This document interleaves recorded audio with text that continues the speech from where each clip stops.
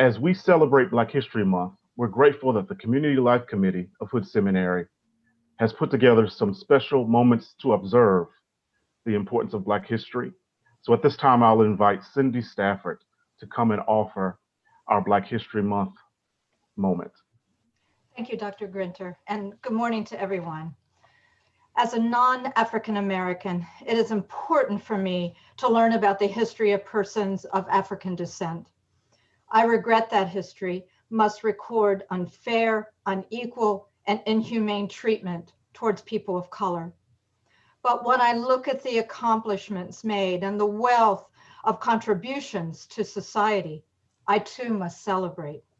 I understand the meaning of justice, racism, and equality, and I pledge to fight beside my Black brothers and sisters for justice and the end to racist practices.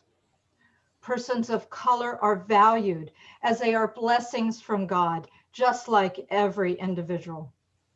Together, we can make the world a better place.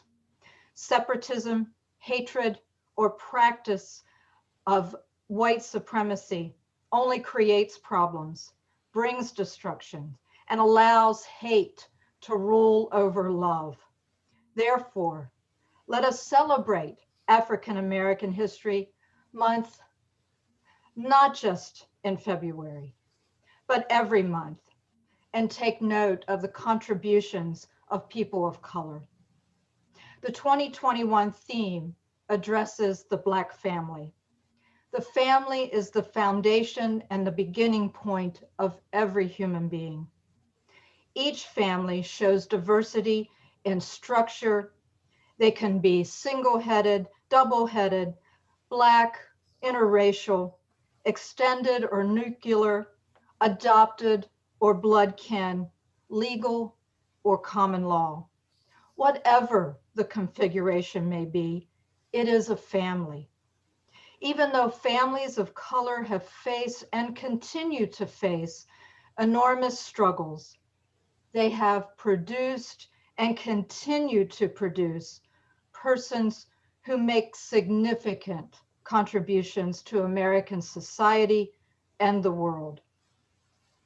What if we removed all the items that were invented by people of color? What if we removed all the Afrocentric artistic contributions? How would our lives be affected? What would we miss? The world would indeed be a very poor place without these many contributions. Let us all be intentional in working to remove all barriers to loving each other and follow the biblical mandate to love. We are family. We are all God's children. Thank you, Cindy. At this time, let us turn our attention to our 2021 Heritage Lecturer. We're grateful that the Dr. Andrew M. Mbuvi is with us this morning. He serves as a professor in the Religious Studies Department at the University of North Carolina at Greensboro, where he specializes in biblical studies and hermeneutics. The title of this morning's lecture is Rereading Select Lucan Passages in Light of the Black Experience of Violence. During Dr. Mbuvi's lecture, if you have any questions or comments, feel free to share those in the chat section. And at the conclusion of his lecture, we will have Dr. Mbuvi address select questions that have been raised. So at this time, let us welcome Dr. Andrew M. Mbuvi.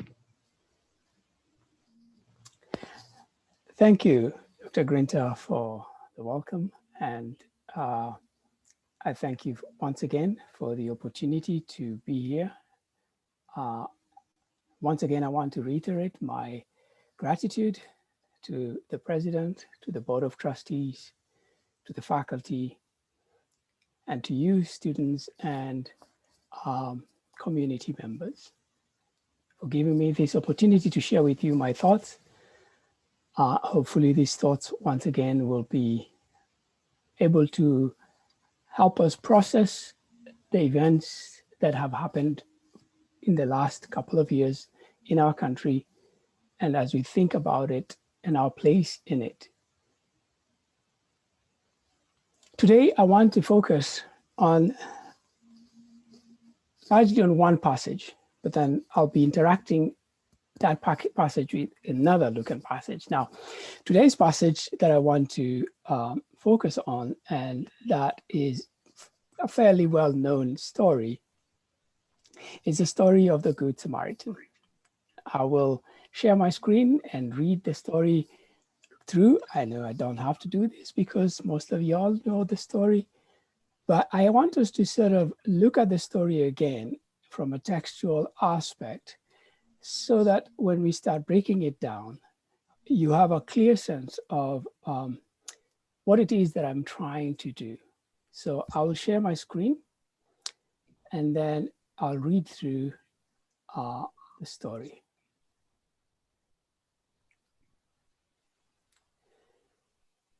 The Good Samaritan in Luke chapter 10, verses 25 to 35. This is the New Revised Standard Version.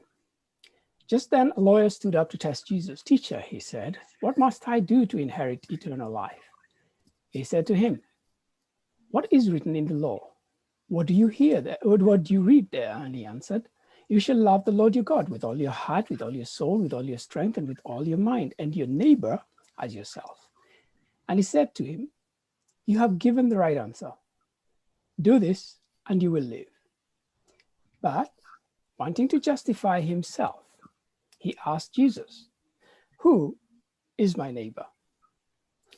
And Jesus replied, "A man was going down from Jerusalem to Jericho and fell into the hands of robbers who stripped him, beat him, and went away, leaving him half dead. Now, by chance, a priest was going down the road, and when he saw him, he passed by on the other side. So likewise, a Levite, when he came to the place and saw him, passed by on the other side. But a Samaritan, while traveling, came near him. When he saw him, he was moved with pity. He went to him and bandaged his wounds, having poured oil and wine on him. Then he put him on his own animal, brought him to an inn, and took care of him. The next day, he took out 2 denarii, 2 little coins, gave them to the innkeeper and said, "Take care of him. When I come back, I'll repay you whatever more that you have spent." And then Jesus asked, "Which of these 3 do you think was a neighbor to the man who fell in the hands of the robbers?" "The one who showed him mercy," said the man. And Jesus said to him, "Then go, do likewise." This story is obviously what has given let me just move out of the screen so that we go back to our screen now, if I can get out of the screen. All right, here we go.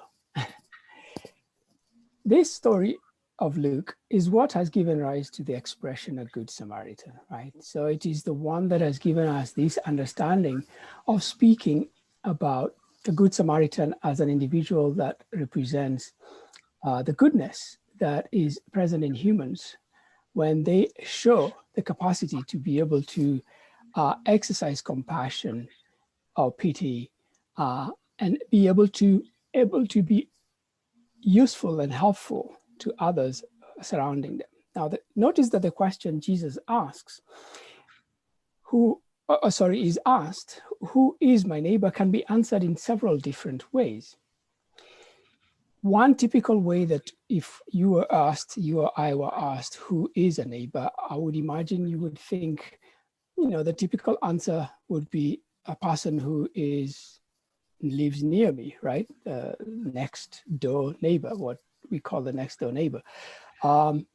Typically, we would not think of a person who's standing next to us as a neighbor, but it seems to imply from what the story is saying that this could be also another categorization of neighbor. But Jesus seems to be digging deeper into this concept, because the question he poses at the very end, he asks, "Who of the 3 is a good neighbor, is a neighbor to this man. Not a good neighbor, but just a neighbor. Which means then the notion of neighborliness here is a fairly loaded concept, right? It's not just simply being there. It's not simply just being close by. Neighbor in this particular case seems to be defined by something other than geographical presence near somebody. Now, like the ancient African interpreters, Origen and Augustine, I will go ahead and do an allegorical interpretation of this story. Now, hopefully, I will avoid the pitfalls that those eminent scholars are able to fall into in my approach, and hopefully arrive at a meaningful reading of the story that is unencumbered by said pitfalls. As we've said, typical interpretation of these passages is rightly zeroing on the actions of the Samaritan. We, however, want to begin by focusing on the brutalized body that lay dying on Jericho Road. A victim of violence and neglect, an indictment to the failure of the religious institutions that function as bastions of justice and compassion. So in my breakdown, and I'm just going to give you the highlight now, I will come back to it later, is to identify the individual sections or individuals within the story and try to find sort of present day connections to how we would read it in light of police brutality, in light of the violence that has faced the Black body in this country. So we have the category of the robber, right? We have the category of the victim. We have the category of the priest, the Levite, then ultimately the Samaritan. We will also talk a little bit about the kind of payment, the cost that it cost the Samaritan to be able to do what he did. I will return to this. I will return to this section in a minute. Let me go back to the story from a different point of view. Please mute your devices. Thank you. Why does Jesus tell a story of violence and not castigate the violent bandits? This is a disturbing question for me that I don't really think I have a satisfactory answer to yet. True, the robbery victim needed help and deserved to be helped, but his assailants seemed to disappear with no consequences. They had left him for dead, it says. They meant for him to die. This violent robbery meant to harm and to kill the victim, but nothing else is said of them in the story. I wonder, did he call for his mother too, like the dying George Floyd did? What did he feel and what did he think about as his life was ebbing away? Now, no doubt, you may say to me, if you were a good exegete, you would understand that this part of the narrative really is just setting up the background, all right, for the primary focus of the story. The unexpected acts of the Samaritan is the primary focus of the narrative. And I can break down the narrative plot as well as anyone else can. You should ask my students. Donna is here too. She will tell you. However, doing a narrative plot allows me to interact with this story from one vantage point only, and otherwise suppress any other questions that may lie behind the narrative. One can read in front of the text and in the text or behind the text. In this case, we have to analyze what lies behind the text. Why is violence against man seemingly stated without much of an explanation? Should we be concerned with a story that Luke puts in the mouth of Jesus? Is Jesus condoning the fact of violence or simply stating the reality of things as they are? After all, The main issue at stake is what the teacher of the law wanted Jesus to decide. Who is my neighbor? So what has being a neighbor have to do with violence? This question echoes another one that was posed by the first murderer in the Bible, who, when asked of the one of whom he had murdered, quipped, "Am I my brother's keeper?" Of course, you know, this is Cain, who had killed his brother Abel, right, in Genesis 4:9. Now, maybe my interrogation of the passage may not be that convincing for you. So how about some of the parables of Jesus that seem to condone violence, though? Barbara Reed contrasts Jesus' Matthean's teachings of nonviolence, especially the Beatitudes in Matthew chapter 5, with the violence present in Jesus' parables. In her comparison, she concludes, together with Joachim Jeremias, one of the preeminent German scholars of the New Testament, that while Jesus taught nonviolence, it was the gospel writers who placed the violent language in the lips of Jesus. Now, this is an interesting sort of, to me, cop-out on answering this question. Also, the violence is divine and eschatological, meaning that it cannot have ethical moral application in the human reality of humans prior to the eschaton. This is a complicated way of saying the violence is really foretelling the end of time, right? That it is really the end of time that is intruding into the present, and therefore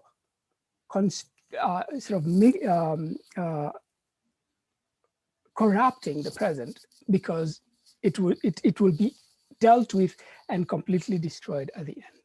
Now, problem with such a view is that it only works in parables where the ending is violent, and not ones where the violence is at the beginning or is at the integral part of the structure. In such a case, it fails to cater to the fact that removing aspects of violence in some of these parables, like in our story, completely undermines the narrative structure, collapsing the entire parable or the entire story by undoing the crisis, right? So in this particular story, in our story of Luke, chapter 10, in the story of the Good Samaritan, you remove the violence at the beginning and you don't have a story. You don't have the Good Samaritan because there was no one to take care of. But in Luke chapter 10, is Luke chapter 10 a parable or not? Now, general assumptions by scholars seem to make is that it is a parable, but I think that's, again, there are divided opinions on this, and I lean towards the side of saying it's not a parable. Jesus is answering a question by essentially utilizing an extended metaphor that ultimately demands a response from the hearer. Parables do that too. However, there is no clear indication that this is a fictionalized account. And neither did Jesus introduce it as a parable, right? Usually he would say, let me tell you a parable, something to that nature. But in this particular case, Jesus does not introduce it that way. The question Jesus is responding to is posed to him by an expert of the Jewish law who sought the determination of this precise question: who exactly is my neighbor? And as we'll see later, when I come back to the parable, this is the focus that we need to pay attention to, and that hopefully gives us a sense of where to go as we go forward in asking ourselves where we are today with the violence that continues to destroy Black bodies in this country.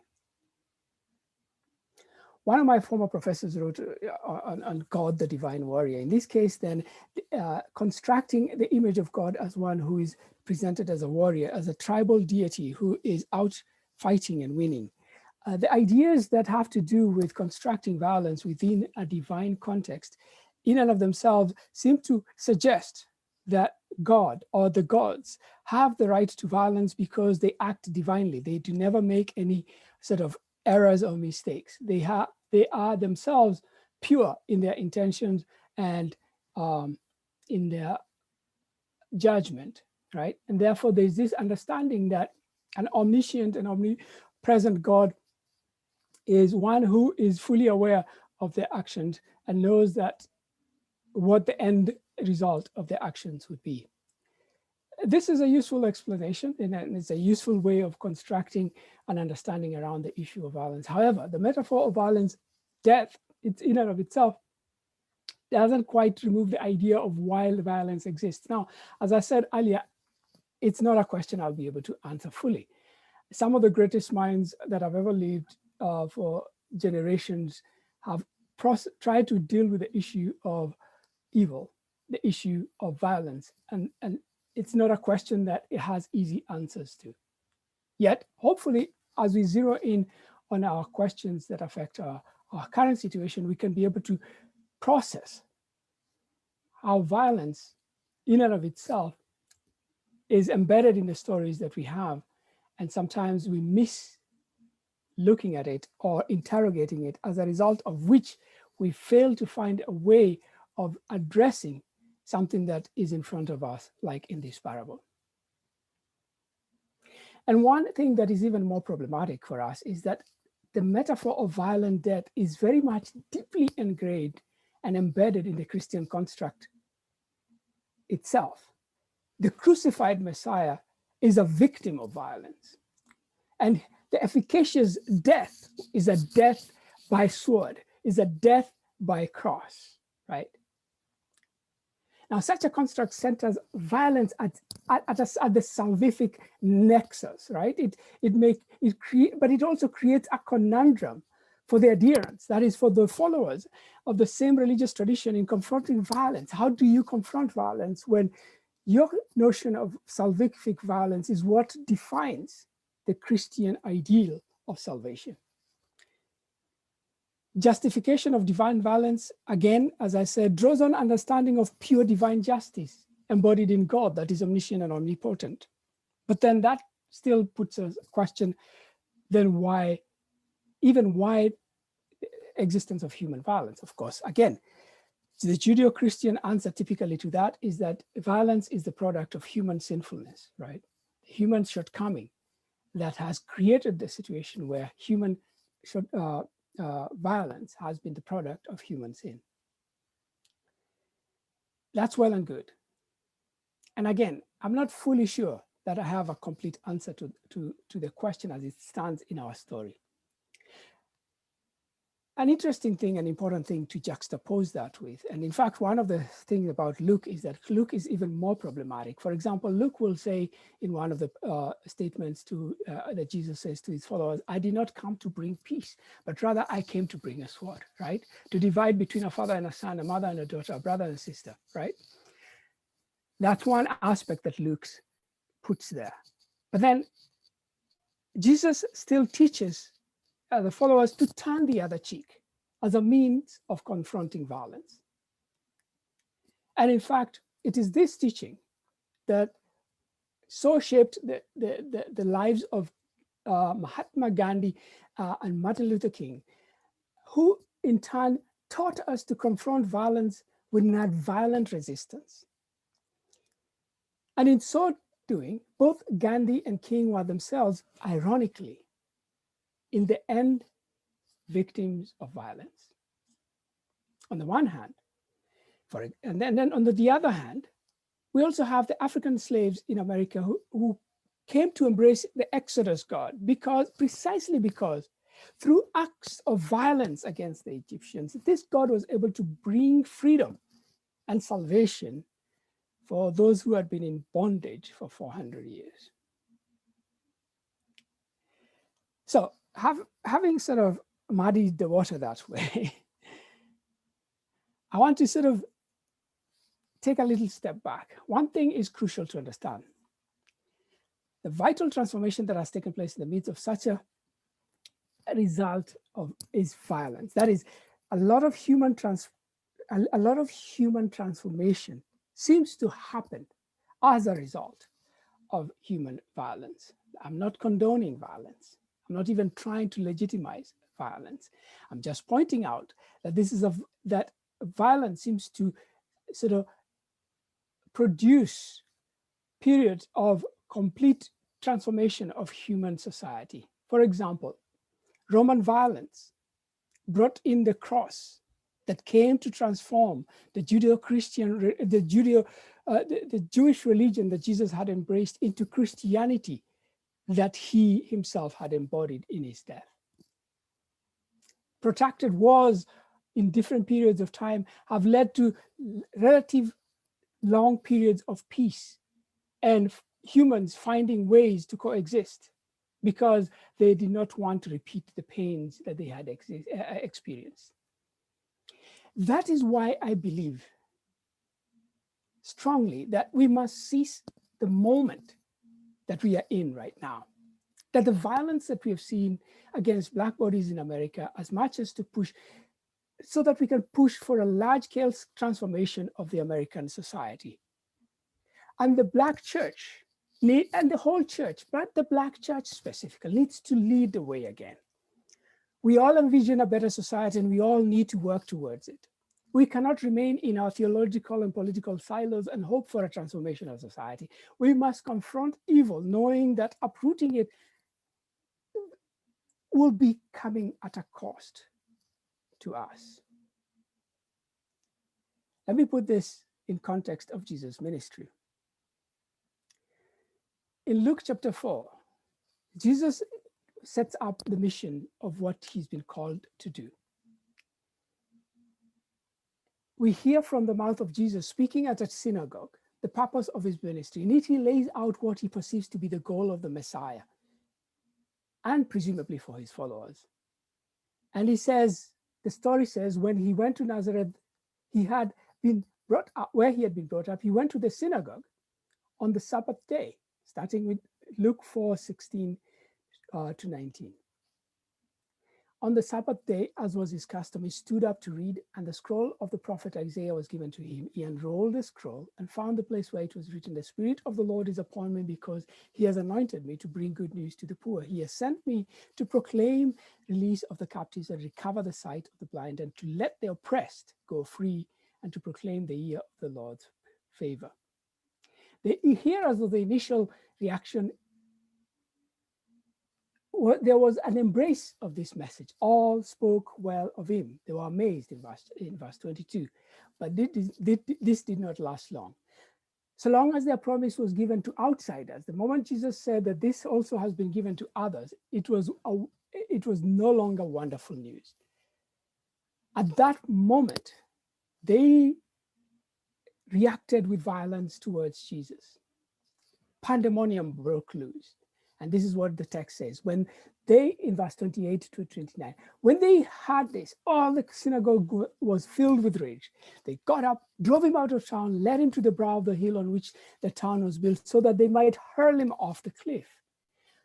What ensues is a dramatic escalation of tension, where violence threatens to end the life of Jesus early. So royally pissed is the crowd that they could not conclude the service of worship, and instead decided that dealing with the one who had denied them their privileged status had to be gotten rid of immediately. Pushed, shoved, and dragged to the edge of a cliff, Jesus only survives because a miracle happens. The crowd's intent does not change, but somehow they are powerless to complete their act, the murderous act. Something overpowers them. Just like Jesus made current to his hearers the words of Isaiah spoken in centuries earlier, we must, the church, also try and make relevant the words of Jesus spoken 2 millennia ago in our current situation in the 21st century. Reading these words in the light of the Black experience in America, we arrive at the following analysis. The Spirit comes to enable good news to be preached to the poor. To the poor. The Black community has the highest percentage of poverty in this country. The average net worth of a white family is 10 times that of the average of Black family. That is $171,000 versus $17,000, according to the Brookings Institute in February 2020. 2, the Spirit proclaims freedom to the captives. Who are the captives? There are many African Americans incarcerated in the American prisons than any other group in this country. The 13th Amendment that ended legalized slavery in America left a loophole that has been exploited to incarcerate and disenfranchise African Americans in disproportionate numbers. 3, sight to the blind. Per capita education for African Americans and Americans has been least funded, more criminalized than of any other community. Enlightenment and a path out of poverty in these communities comes at a much greater cost and with very limited resources and opportunities. Number 4, freedom of the oppressed. From slavery to George Floyd, the African-American experience in America has been characterized by oppression, suppression of voting rights, denial of equal rights, systemic structures that undermine progress of people of color, especially African-Americans. 5, the year of the Lord's favor. What year is this? For some people, they thought the Obama years were the year of the Lord's favor. This notion of a post-racial America, which I guess we were quickly disabused with the arrival of the 45th president. The moment that it was suggested that prospects of African-American experience could take a turn for the better with the election of African-American president, the spirit would spread the blessings beyond the dominant culture. Suddenly, just like in the story of Jesus, pandemonium broke loose in this country.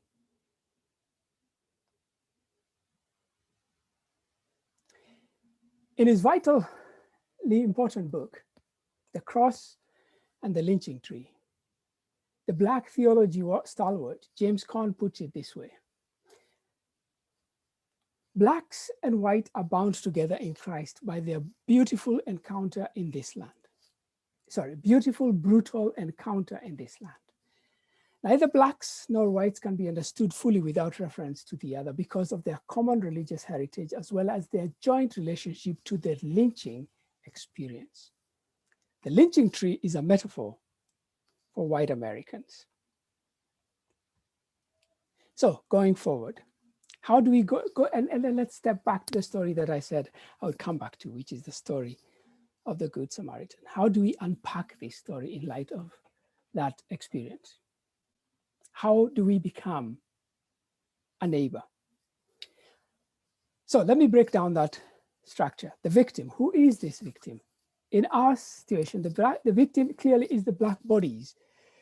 It's the black bodies that have been killed in this country, the minority communities that have experienced violence more than other communities in this country. It's the marginalized members of society that have been downtrodden, neglected, incarcerated, and left for dead. And who are the robbers? Interesting thing is that much attention is not given to the perpetrators of the violence in this story, as I said earlier. In fact, no analysis is given usually of this group. Did they rob because they were hungry or simply because they were bad people?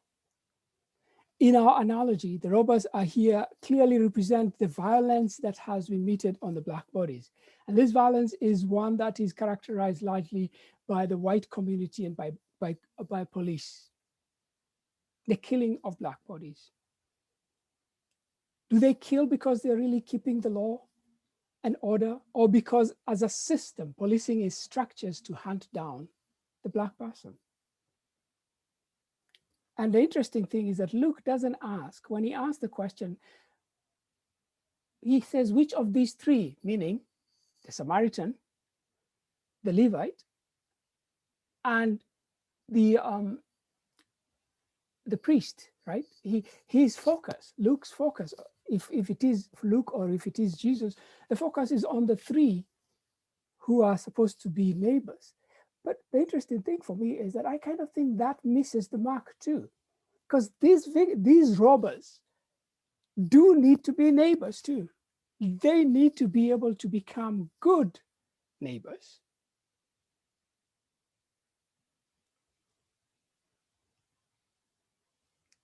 We can talk about who the Levites represent and who the priests represent. I kind of think that the priests do represent religious people, perhaps the church, the white church, the black church, right? Who have not been able to do what they need to do, who have not raised their voice as much as they could. And in terms of white evangelicals, who have been part and parcel of supporting leadership that has been violent to the black bodies. What about the Samaritan? Who is this Samaritan? Who does the Samaritan represent? Well, I will leave that hanging because I want you to answer that question for yourself. What does it mean to be a Samaritan in this scenario?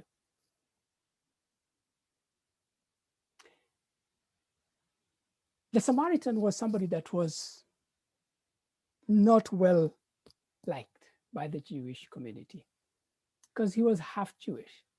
He was a mixed breed.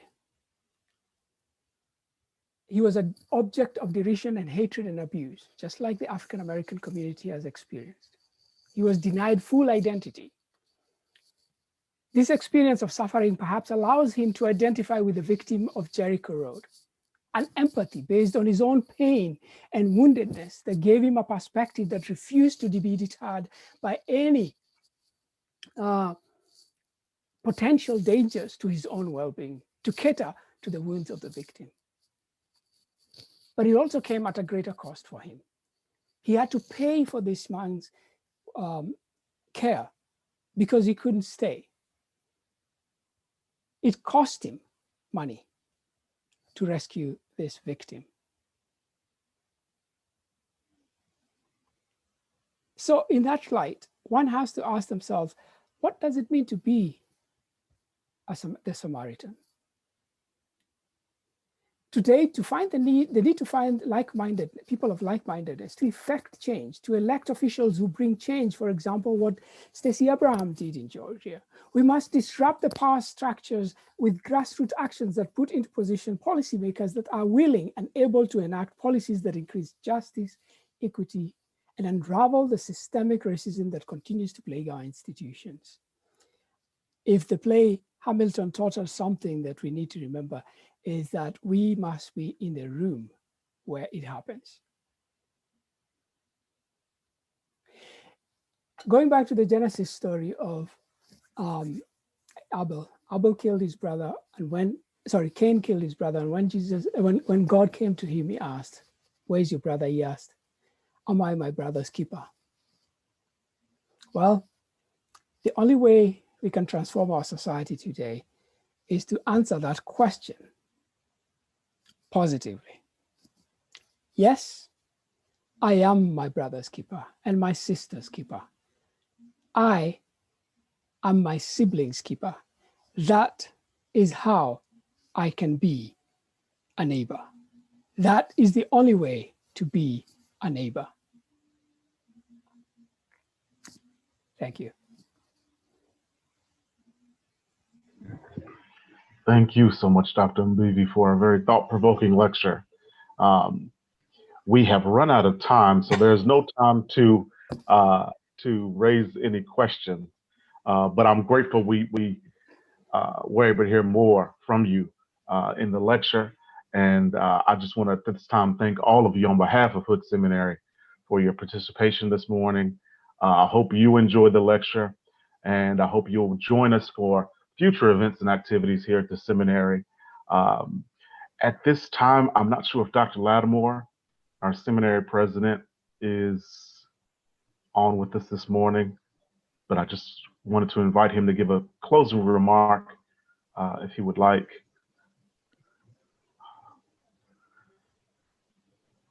I don't think he's here, or at least may not be available for a remark. So again, Dr. Mbuvi, thank you so much for sharing with us, not just this morning, but on last night.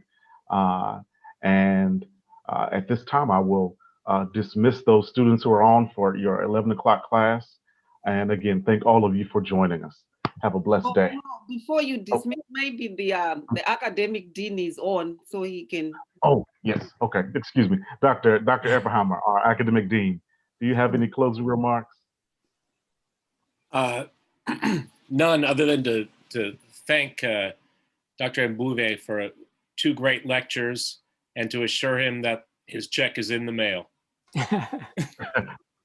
Thank you, sir. Thank you.